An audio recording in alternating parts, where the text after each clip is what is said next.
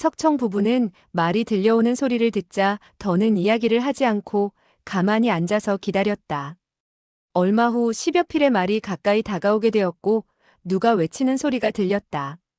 여기 있습니다. 곧이어 충어 도인의 음성이 들렸다. 석 사제와 민삼에 할 말이 있어서 달려왔네. 석청과 민유는 나란히 달려나가며 입을 열었다. 충어 사형, 관에 무슨 일이라도 생겼습니까? 그러고 보니 천어와 충어 등 10여 명의 사형제들이 모두 말을 타고 달려온 것이 아닌가. 그들 가운데 두 사람은 각기 한 사람씩 안고 있었다. 하지만 아직 날이 밝지 않아 안긴 사람이 누군지 알아볼 수가 없었다. 충어는 낭패한 어조로 입을 열었다. 석 사제, 그리고 민삼에. 관에서 상선벌하게 두 동패를 얻지 못했다고 해서 간계를 써서까지 동패를 빼앗아가다니 그럴 수가 있는가? 그렇게 말하는 그는 숨이 가쁜 듯 숨을 몰아쉬고 다시 말을 이었다. 더구나 독수를 써서 조허와 통어 두 사제를 죽이려 하다니 너무 지나친 행동이 아닐까? 석청과 민유는 놀라 부르짖었다. 아니, 조허와 통어 두 사형이 독수를 입었다는 말입니까? 그게 어떻게 된 일인가요? 정말 두 분 사형이 피살되셨나요? 그들 부부는 두 사형의 안위가 걱정이 되어 미처 변명도 하지 못했다. 충어는 노기등등하여 외쳤다. 자네들이 비열한 자들과 결탁하여 독약을 쓰지 않았다면 누가 이런 짓을 했단 말일세. 그리고 그는 잠시 여유를 두었다가 다시 말했다. 조허와 통어는 아직 숨을 거두지 않았지만 아마 지금쯤 숨을 거두었을지도 모를 일이네. 석청은 앞으로 한 걸음 나서며 말했다. 저에게 좀 보여주십시오. 그리고 그는 조허와 통어에게로 다가가려고 했다. 한데 바로 이때 휙하니 바람을 가르는 소리와 더불어 몇 명의 도사들이 일제히 장검을 뽑아들고 석청의 앞을 막았다. 천어는 탄식하며 입을 열었다. 길을 터주어라. 석 사제는 그럴 사람이 아니다. 몇 명의 도사들은 싸늘히 코웃음 치며 검을 거두고 한켠으로 물러섰다. 석청은 품속에서 화섭자를 꺼내 두 도사의 얼굴을 찬찬히 비춰보았다. 조허와 통어의 얼굴이 검은 빛이 감돌고 있었다. 극독에 중독된 것이 틀림없었다. 콧김을 맡아보니 겨우 한 가닥에 숨만 붙어 있었다. 상천관의 무공은 뛰어난 편이었다. 그리고 조허와 통어는 내공이 매우 심오했다.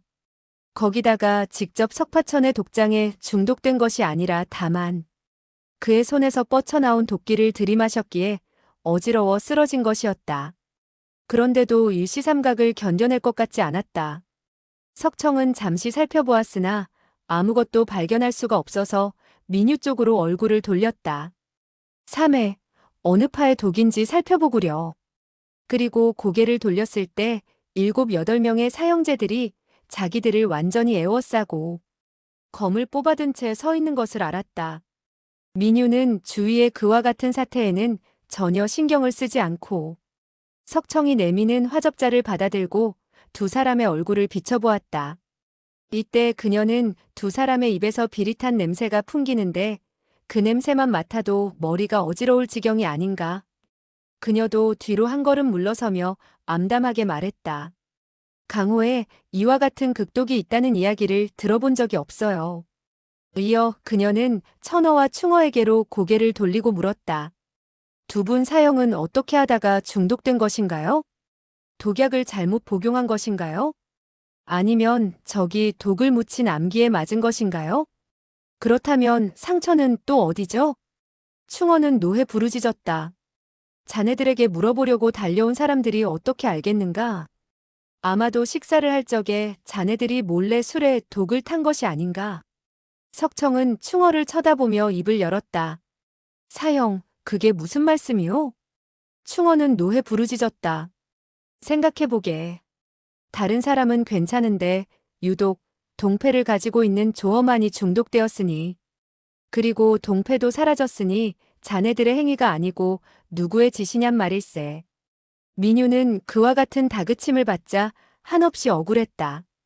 본래 온순하고 단정한 그녀는 어릴 적부터 사형들에게 따뜻하면서 예의 바른 행동을 해왔기 때문에 함부로 말을 할 수도 없고 해서 눈물만 글썽이며 서 있었다. 금방이라도 그 눈물이 뺨을 타고 흘러내릴 것 같았다. 석청은 이 가운데 필시 어떤 곡절이 있다고 느꼈다. 그러나 그들이 바로 상청관에서 떠나온 사람이고 또 동패를 손에 넣으려고 했던 만큼 혐의를 받지 않을 수 없다고 생각했다. 허나 석청은 처의 온순한 성격을 잘 알고 있었다. 하지만 그 역시 어떻게 이 사태를 수습해야 좋을지 알 수가 없어서 위로의 뜻으로 처의 오른손을 꼭 쥐어주었다. 민유는 억울하기 이를 데 없어 말을 더듬었다. 나는 그러다가 그녀는 끝내 말끝을 맺지 못하고 눈물을 흘렸다. 검술의 조예가 깊고 강호의 명성이 드높은 여걸이었지만 이와 같은 억울한 일을 당하게 될 때는 역시 여느 여자와 다를 바가 없이 약해지는 모양이었다. 충원은 누기등등하여 외쳤다. 운다고 죽게 된 우리 두 사제가 살아날 수 있겠는가? 고양이가 쥐의 죽음의 눈물을. 그 말이 끝나기 전에 불쑥 외치는 소리가 있었다. 당신들은 어째서 사정을 알아보지도 않고 다짜고짜 좋은 분들에게 누명을 씌우는 것이요? 바로 충어의 등 뒤에서 들려온 소리였다. 무사람들은 그 소리가 우렁찬 것을 느끼고 놀라 일제히 고개를 돌려 소리난 곳을 바라보았다. 수장밖에 옷차림이 남루한 사람이 서 있었다. 동력히 점차 밝아올 무렵이라 그 사람의 얼굴을 어느 정도 살필 수 있었는데 매우 젊은 사람이었다. 석청과 민유는 그 젊은이를 발견하자 크게 기뻤다. 민유는 탄성까지 발했다. 아, 내가. 그러나 그들은 강호의 경험이 풍부한 만치오가라고 부르지는 않았다. 나타난 젊은이는 바로 석파천이었다. 석파천은 풀 속에서 숨어서 사태를 지켜볼 뿐 나서지 않으려고 했다. 나서게 되면 도사들과 싸우게 될 것이고 그렇게 되면 또 사람을 죽이지 않겠느냐 하는 마음이 앞섰던 것이다. 그러나 충어의 말이 갈수록 사나워지고 자기에게 호의를 보여준 다정하고 인정 많은 아주머니가 자기 때문에 수모를 당한 끝에 눈물까지 흘러내리고 있는 것을 보고 가만히 있을 수가 없었다. 이때 충어가 큰 소리로 물었다. 자네는 누구인가? 어째서 빈도가 죄 없는 사람에게 억울한 누명을 씌운다고 하는가? 석파천은 늠름한 태도로 말했다. 석장주와 석부인은 당신네들의 동패를 갖지 않았는데 당신이 자꾸 가졌다고 하니 억울한 누명을 씌우는 것이 아니고 무엇이요? 충어는 검을 든 채 앞으로 한 걸음 나서며 외쳤다. 자네와 같이 어린 사람이 무엇을 안다고 나서서 터무니없는 소리를 짓거리고 있는가? 석파천은 자기가 그 동패를 가졌다는 것을 시인하려고 했다. 그러면 상대방이 빼앗으려고 할 것이고 자기가 빼앗기지 않으려면 그들과 싸워야 한다는 생각에 신중히 대답했다. 물론 내가 알고 있기에 하는 소리 외다. 충어는 그 말을 듣자 이 젊은이가 사정을 알고 있을지도 모른다는 생각을 했다. 그럼 누가 가져간 것이지? 석파천은 석청 부부를 한번 쳐다보고 말했다. 어쨌든 석 장주와 석 부인이 가져간 것은 아니오. 당신은 그들에게 잘못을 저질렀으며 석 부인으로 하여금 눈물까지 흘리게 했소. 그리고 그는 엄숙한 어조로 다시 말했다. 그야말로 큰 실수를 저지른 셈이니 빨리 석 부인에게 사과를 하시오. 민유는 그동안 그렇게 그리워하고 근심했던 아들이 무사한 것을 보자 뭐라고 말할 수 없는 기쁨을 느꼈다. 더구나 그 아들에게 무수한 심혈을 기울인 그녀가 아닌가. 또 그동안 남모를 눈물도 많이 흘린 그녀였다. 그러한 그녀에게 아들이 나서서 어머니를 편들 뿐만 아니라 충어에게 사과를 하라는 말까지 하는 것을 보고 한없이 위로를 받았다. 20년간 아들을 위해 고생하며 받은 굴욕이 한꺼번에 사라지는 느낌이었다. 석청 역시 그러한 그녀의 마음을 이해했다. 그리고 석중옥이 못된 짓을 하기는 하지만 어머니를 위하는 효성은 지극하다고 생각했다. 이때 충어는 그가 반박하고 나서는 것을 보자 소리 높여 외쳤다. 내 녀석은 도대체 누구이기에 나보고 석 부인에게 사과를 하라고 하느냐? 민유는 이때 기쁨에 충만되어 충어의 불손한 인사말마저 잊어버렸다. 오히려 아들이 그와 충돌을 일으키면 사문의 화목을 깨뜨린다는 생각에 재빨리 입을 열었다. 충어 사형은 일시 오해를 한 것이고 모두 한 집안 사람이니 사과할 것까지는 없어요. 그리고 그녀는 석파천에게 부드러운 어조로 말했다. 이곳에 계신 분들은 모두 너의 사백과 사숙이시다. 빨리 인사드려라. 석파천은 본래 민유에 대해 포근한 감을 느끼고 있었던 터였다. 그런데 지금 눈물을 글썽이는 눈동자에 사랑스럽고 애처롭다는 듯한 빛을 띠고서 자기를 바라보고 있는 모습을 대하자 가슴속으로부터 뜨거운 것이 확 치밀었다. 한평생 그와 같은 정을 받아보지 못하고 자라난 그는 지금 죽으라고 해도 죽을 수 있을 것 같았으며 그까짓 절 몇 번 하는 것쯤 뭐가 어려우랴 하는 생각이 들었다.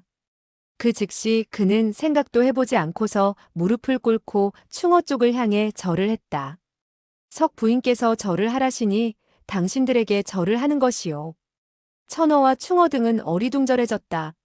석파천이 석 부인에게 그토록 순종하는 것을 보고 아들 하나는 죽었고 다른 아들 하나는 그 누구에게 사로잡혀갔다고 했으니 아마도 석청 부부의 제자인가 보다고 생각했다. 충어는 성질이 급한 편이었으나 현문의 사도인지라. 석파천이 그와 같은 대례를 행하는 것을 보고 화가 가라앉았다. 그는 즉시 말에서 내려와 석파천을 부축해 일으키려고 했다. 뭐 그렇게 겸손해할 것은 없네. 한데 석파천은 석 부인이 자기에게 큰 절을 하라고 했으니 일일이 절을 다 해야겠다는 생각에 충어가 부축해 일으키려고 하는데도 몸을 일으키지 않았다. 충어는 부축을 하려는 그 순간 석파천의 몸이 천근같이 무거워진 것을 느꼈다. 동시에 울화가 치밀었다. 이 녀석이 자기의 내력을 믿고 위더른인 나에게 자랑을 하려고 하다니. 그리고 그는 내력을 두 팔에 돋우고 힘을 주어 들어 올리려고 했다. 들어 올렸다가 왈칵 밀어버리면 석파천이 곤두박질 치게 되는 것이다. 석청 부부는 충어의 자세를 보고 동문으로 같이 무예를 배운 만큼 이미 자기 아들의 버릇을 가르치려고 한다는 것을 알았다. 따라서 석청은 약간 울화가 치밀어 속으로 코웃음 쳤으나 충어가 자기의 사형이니 부득이 아들로 하여금 쓴맛을 약간 보도록 하는 수밖에 없다고 생각했다. 한데 민유는 큰 소리로 부르짖었다. 사형, 너무 심하게 하지 마세요. 한데 갑자기 휙 하는 소리와 더불어 충어의 몸뚱이가 허공으로 치솟더니 뒤로 날아가 바로 자기 말에 부딪혔다. 그리고 몸이 휘청하는 것을 천근추의 수법을 써서 간신히 자세를 바로 잡았다. 한데 이번에는 말이 길게 울부짖더니 앞발굽을 들었다. 원래 석파천의 웅후한 공력이 충어에 압박하는 힘에 반탄력이 생기게 되어 충어가 오히려 곤두박질 칠 뻔했던 것이다.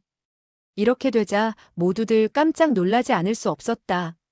석청 부부는 양주성 밖의 토지묘에서 석파천과 건법을 대련한 까닭에 그의 내력이 엄청나다는 것을 잘 알고 있었다. 그러나 그와 같이 웅후하리라고는 생각지 못했기 때문에 역시 어리둥절해지고 말았다.